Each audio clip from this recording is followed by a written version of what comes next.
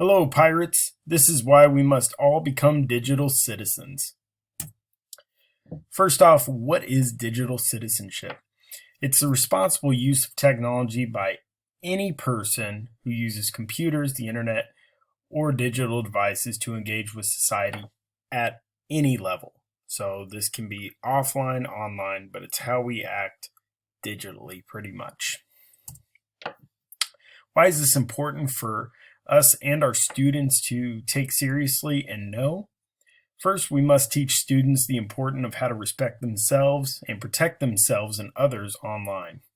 If we don't teach this, our students are at a risk of sharing too much personal information online, using classroom technology to cyberbully. I know we love to use technology in our classroom, but it defeats the purpose when it's used for the wrong reasons. And our students searching, sending inappropriate images, that one is a biggie that we need to avoid at all cost. It could ruin their reputation, and it also is just not great for the educational environment. And our students not being prepared for the digital world. We are in a technological age where it is booming, and we as educators need to stay ahead of the curve in that. One-to-one laptop initiatives are more and more common, and students around the world are learning remotely. We have to get ahead of this and teach digital citizenship for these one-to-one laptop initiatives to be effective. If students have technology, but they're using it inappropriately and aren't implementing proper digital citizenship, we are in trouble, and we have a big problem within our educational field, at our school, and within our district. So what are the benefits of digital citizenship? We kind of heard the consequences of not knowing what digital citizenship is and not utilizing proper digital citizenship. So we have two different categories: student benefits and school and staff benefits. First, student benefits. Their learning can be tailored towards information literacy, cyberbullying prevention, online safety, digital responsibility, and health and emotional wellness in the digital world. This is extremely important. Our kids spend more time online than any other kids have ever in the span of the human history, and we need to make sure they're prepared and ready for that after they leave the walls of high school. And of course, our benefits: we have the ability to better prepare our students utilizing real world learning. I don't know what's more real world these days than digital citizenship and technological use, and we have the benefit of helping our students achieve success online and offline. And also we have the E-rate program. We may apply for discounted telecommunications, internet access, and internal connection services. If we are getting discounts with these things, we have a better opportunity to place money in the arts, sports, more, textbooks, learning resources for our students that might not be available if we're spending all this money on telecommunications, internet access, and internal connection services. So first, we're going to talk about a more in-depth look of the student benefits. What can students learn from digital citizenship? First, they'll know how to manage and secure privacy and security online. That is super important. That way nobody's stealing their identity, and they're not having I call them adult problems that we are dealing with this growing technological age. Hopefully we can help them get ahead of the curve. Ways to navigate their self-image and identity online and offline. Knowing that they just need to be a good person in general, and their words still have meaning while online, is important. How to use interpersonal and intrapersonal skills to build relationships and communicate online. Having them know how to respond to people and understand the empathy for others, even online, is important. How to identify and handle cyberbullying and digital drama. Students need to learn about that. There has always been bullying and drama, but now we have it in the online setting as well, and we need to teach them what skills they need and steps to take to avoid that at all costs.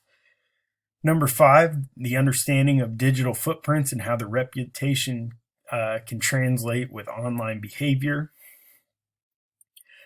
This is big.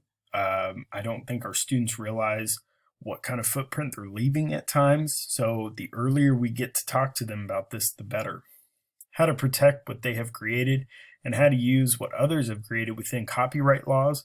This is important so their creations are protected, but they're also not plagiarizing, and we need to really help them with that, especially if they're college bound. Number 7, how to evaluate the credibility, validity, and quality of online resources. There are a lot of resources that have misinformation. We need to make sure that we are doing our best to teach them what to look for and how to know if sources are credible, especially in the age of Facebook these days. Our students need to know what to trust. And lastly, number 8, the ability to distinguish between inappropriate contact and positive connections while online. This is pretty much also just translating those social skills from offline to online. And we need to have our students prepared for interactions online that might not be so positive, but also making sure they're making positive connections as well. Staff benefits. So like I mentioned before, real-world learning. Real-world learning is a huge part of what we're doing to help our students achieve success. Being educated in terms of digital citizenship is going to help them achieve their goals and reputation while exhibiting professionalism. And our students need to know what that looks like online as well as offline. Next, we have the 6 themes of digital citizenship curriculum. And if we're doing our job as educators, we want our students to be able to succeed in every way possible. And these are things that every single person, let alone our students, need to be successful in today's society. They need media balance and well-being, knowing that social media isn't the end-all be-all, but also realizing it can hurt your well-being as well as help your well-being. They need to learn about privacy and security, protecting themselves, what their digital footprint does, and what it can do for their identity and reputation. We need them to learn how to build strong relationships online and keep relationships going. What they say matters to the people in their daily lives, and how to communicate socially and positively online. Next, we have cyberbullying, digital drama, and hate speech. We need to teach our students about these things and make sure that they are staying away from cyberbullying, not cyberbullying themselves, knowing what to do when faced with digital drama, and knowing how to respond to hate speech and how to not give hate speech to others. There are a lot of things that are considered hate speech in today's society, and facing those problems head on will help our students in the long run. And also news and media literacy, being able to see what is a reliable source and what is not. So E-rate eligibility requirements. This is how to get those discounts on internet for the school, telecommunications, internal connections. So schools must filter the content from harmful materials. Our school district already does this. We do a great job. We have a great technological team. We must comply with CIPA, Children's Internet Protection Act, and the Amendment Protecting Children in the 21st Century Act of 2008.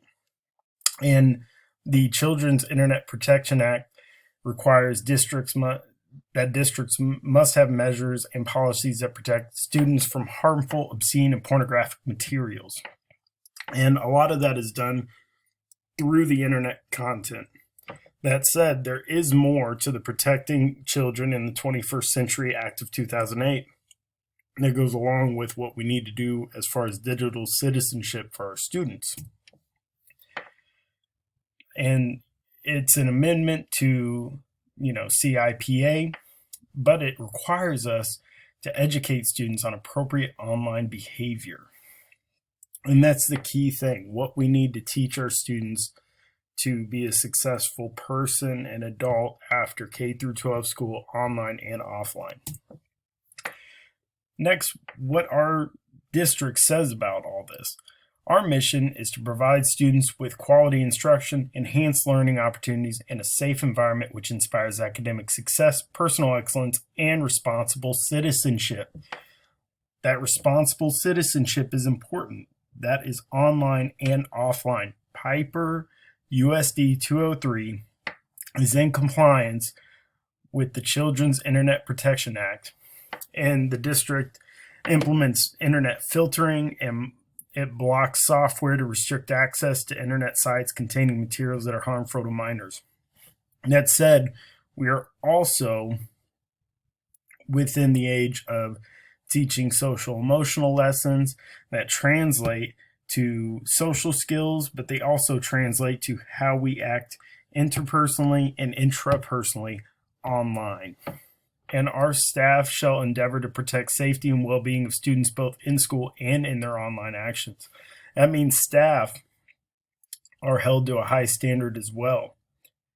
We need to think before we act with what we do online. We need to model digital citizenship at all times for our students. So, standard correlation, this assignment helped me to realize how we can promote digital citizenship within our school district. Promoting digital citizenship can be accomplished through communication and the cultivation/modeling of professional norms. If we're teaching students how to be proper citizens digitally, we're doing the right thing. We are in a technological age where our students need this stuff. There is nothing more relevant to them than this right now. If we think we are in the technological age now, which I think we are, it's going to be tenfold 5 years from now. There's always something new online and something to teach our kids about etiquette, and we need them to be just as professional as we are now. And that's important for us to remember. Relevant, this assignment really, I'd heard a lot about digital citizenship. I knew about E-rate. I knew about the Children's Internet Protection Act. And I also knew about digital citizenship curriculum. What I didn't know is how to implement it within a school and a district. This assignment really helped me to get there with my understanding and knowing that our actions and our teachings are just important as what those kids do online outside of our classrooms. We need to make sure that we are setting an example and showing the importance of digital citizenship in our daily actions and teachings.